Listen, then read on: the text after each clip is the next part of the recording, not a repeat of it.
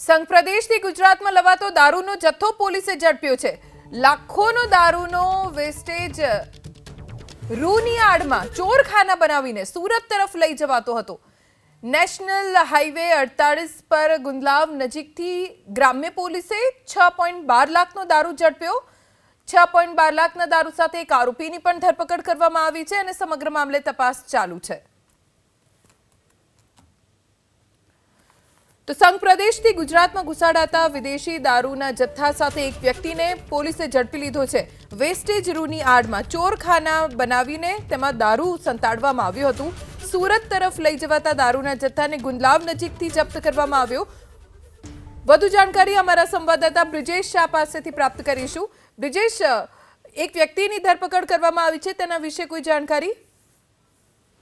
જે પ્રમાણે આ દારૂ પકડાયો છે એની જે તરકીબ છે એ ખરેખર પોલીસને અચરજ પમાડી હતી, કારણ કે સંઘ પ્રદેશથી ગુજરાતમાં જે પ્રમાણે આ દારૂ લઈ આવવામાં આવતો હતો એ વેસ્ટ રૂ જે હોય છે તેની આડમાં ચોરખાના બનાવીને સુરત તરફ આ દારૂ લઈ જવાતો હતો। નેશનલ હાઈવે નંબર 48 પર ગુંદલાવ નજીક રૂરલ પોલીસ દ્વારા આ દારૂ પકડવામાં આવ્યો છે ને જેમાં 6.12 લાખનો દારૂ ઝડપી પડાયો છે અને વધુ તપાસ રૂરલ પોલીસ કરી રહી છે।